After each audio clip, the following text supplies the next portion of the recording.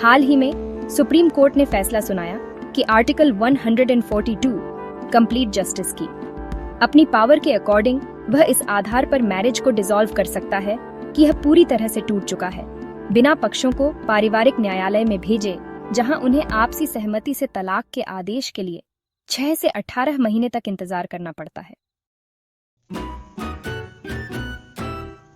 Shilpa Shailesh versus वारन Srinivasan case में supreme court ने फैसला सुनाया है कि अगर विवाह पूरी तरह से टूट चुका है तो उसे डिसॉल्व करने का अधिकार है। कोर्ट HMA 1955 के तहत तलाक के लिए अनिवार्य 6 महीने की प्रतीक्षा अवधि को माफ कर सकता है और विवाह के पूरी तरह से टूटने के आधार पर विवाह को भंग करने की अनुमति दे सकता है, भले ही पक्षों में से कोई एक इच्छुक न हो। 13C(1) विवाह के किसी भी पक्ष द्वारा तलाक के लिए याचिका जिला न्यायालय में प्रस्तुत की जा सकती है, चाहे विवाह कानून संशोधन अधिनियम 2013 के लागू होने से पहले या बाद में संपन्न हुआ हो, इस आधार पर कि विवाह अपूरणीय रूप से टूट गया है। 2. न्यायालय विवाह को अपूरणीय रूप से टूटा हुआ नहीं मानेगा जब तक कि वह संतुष्ट न हो जाए कि विवाह के पक्षकार याचिका प्रस्तुत करने से ठीक पहले कम से कम 3 वर्ष की निरंतर अवधि के लिए अलग अलग रहे हैं। 3. यदि न्यायालय सभी साक्ष्यों के आधार पर संतुष्ट हो जाए कि विवाह अपूरणीय रूप से टूट गया है, वह इस अधिनियम के उपबंधों के अधीन रहते हुए तलाक की डिक्री प्रदान कर देगा। 4. क्या पति पत्नी के अलग रहने की अवधि निरंतर रही है? किसी एक अवधि, कुल 3 महीने से अधिक नहीं, को ध्यान में नहीं रखा जाएगा जिसके दौरान पति पत्नी ने एक दूसरे के साथ रहना पुनः आरंभ किया, किंतु कोई अन्य अवधि जिसके दौरान पति पत्नी ने एक दूसरे के साथ रहा उस अवधि के भाग के रूप में नहीं गिनी जाएगी जिसके दौरान मैरिड कपल अलग रहे। 5. पति और पत्नी को तब तक अलग रहने वाला माना जाएगा जब तक कि वे एक ही घर में एक दूसरे के साथ न रह रहे हों, और इस धारा में विवाह के पक्षकारों के एक दूसरे के साथ रहने के संदर्भ को उनके एक ही घर में एक दूसरे के साथ रहने के संदर्भ के रूप में समझा जाएगा।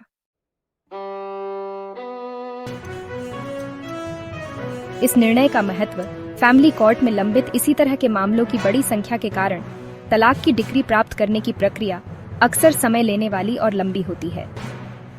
यह निर्णय पक्षों को प्रतीक्षा अवधि को दरकिनार करने और अपरिवर्तनीय टूटने के आधार पर तलाक के लिए सीधे सुप्रीम कोर्ट का दरवाजा खटखटाने की अनुमति देता है। सुप्रीम कोर्ट के अनुसार यदि सुलह की कोई संभावना नहीं है तो विवाह के पक्षों की पीड़ा को लंबा करना निरर्थक होगा।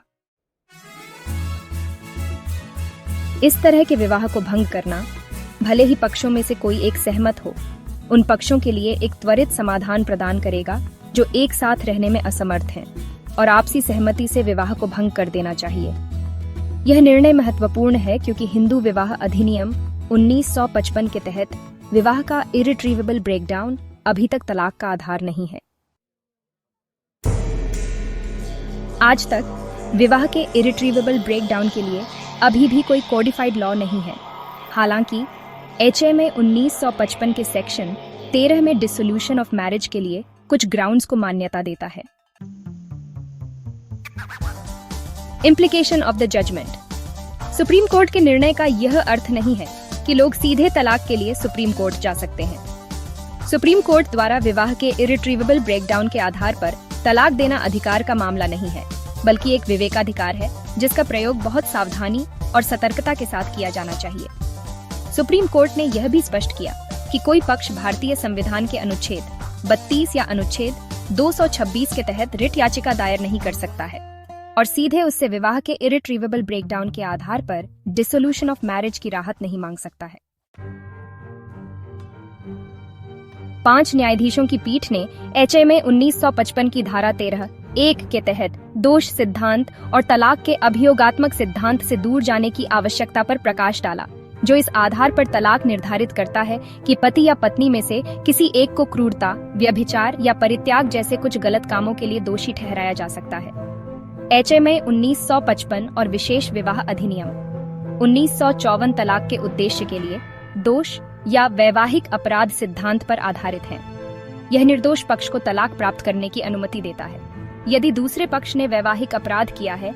HMA 1955 के तहत तलाक के लिए 7 दोष आधार हैं: व्यभिचार, क्रूरता, परित्याग, धर्मांतरण, पागलपन, कुष्ठ रोग, यौन रोग और संन्यास ऐसे 4 आधार हैं जिन पर पत्नी अकेले मुकदमा कर सकती है।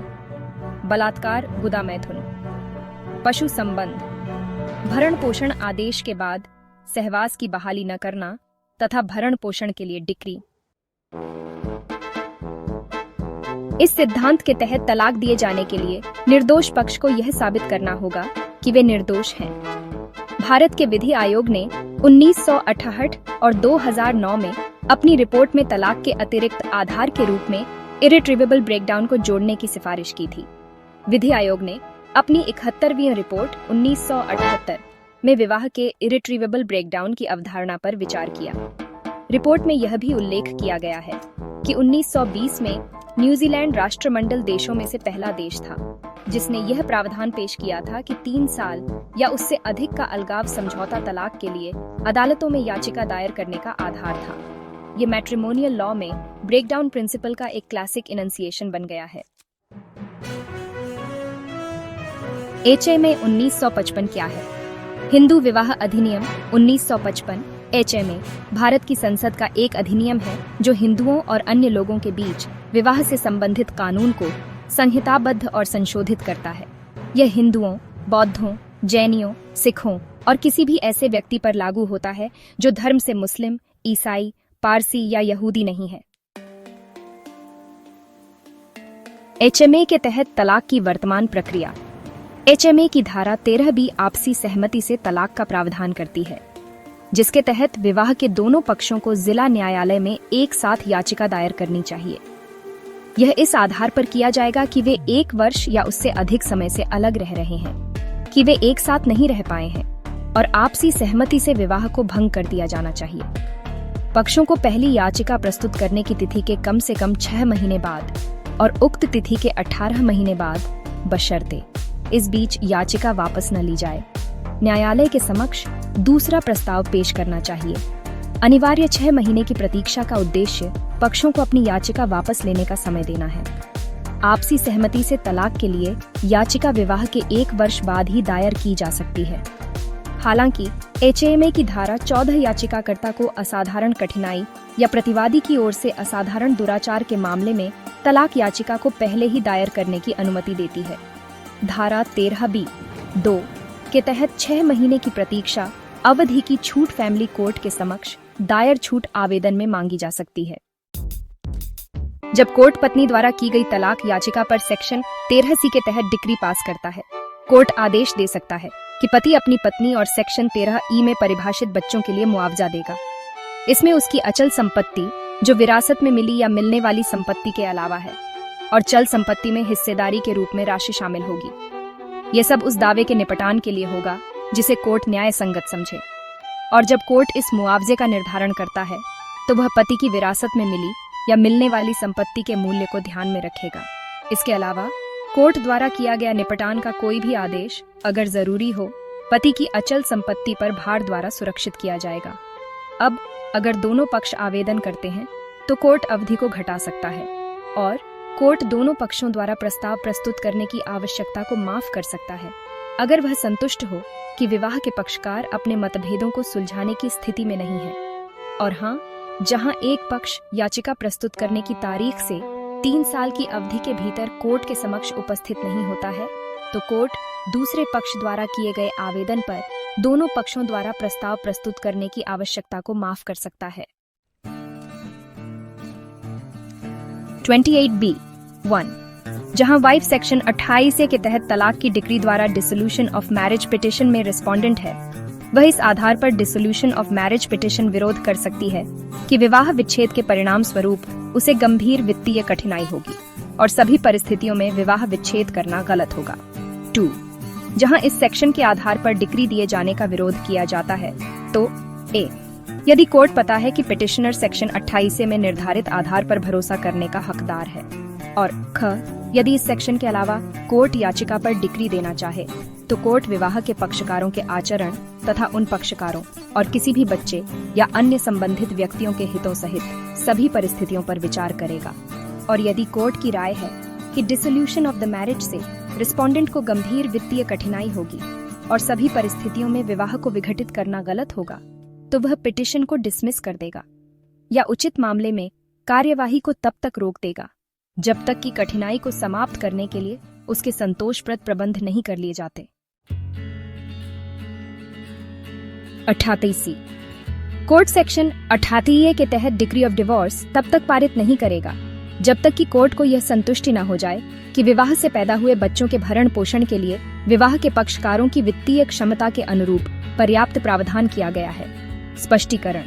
इस सेक्शन में बच्चे शब्द का अर्थ है क गोद लिए गए बच्चों सहित नाबालिग बच्चे, ख अविवाहित या विधवा बेटियां जिनके पास खुद का भरण पोषण करने के लिए वित्तीय संसाधन नहीं है, और ग ऐसे बच्चे जिनकी शारीरिक या मानसिक स्वास्थ्य की विशेष स्थिति के कारण देखभाल की आवश्यकता है और जिनके पास स्वयं का भरण पोषण करने के लिए वित्तीय संसाधन नहीं है।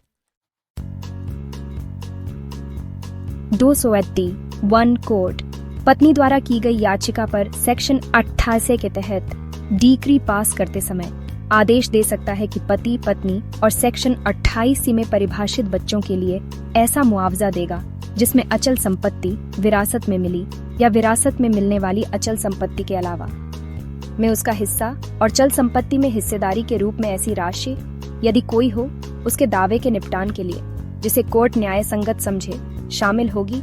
और ऐसे मुआवजे का निर्धारण करते समय कोर्ट पति की विरासत में मिली या विरासत में मिलने वाली संपत्ति के मूल्य को ध्यान में रखेगा। 2. कोर्ट द्वारा किया गया निपटान का कोई भी आदेश यदि आवश्यक हो तो पति की अचल संपत्ति पर भार द्वारा सुरक्षित किया जाएगा।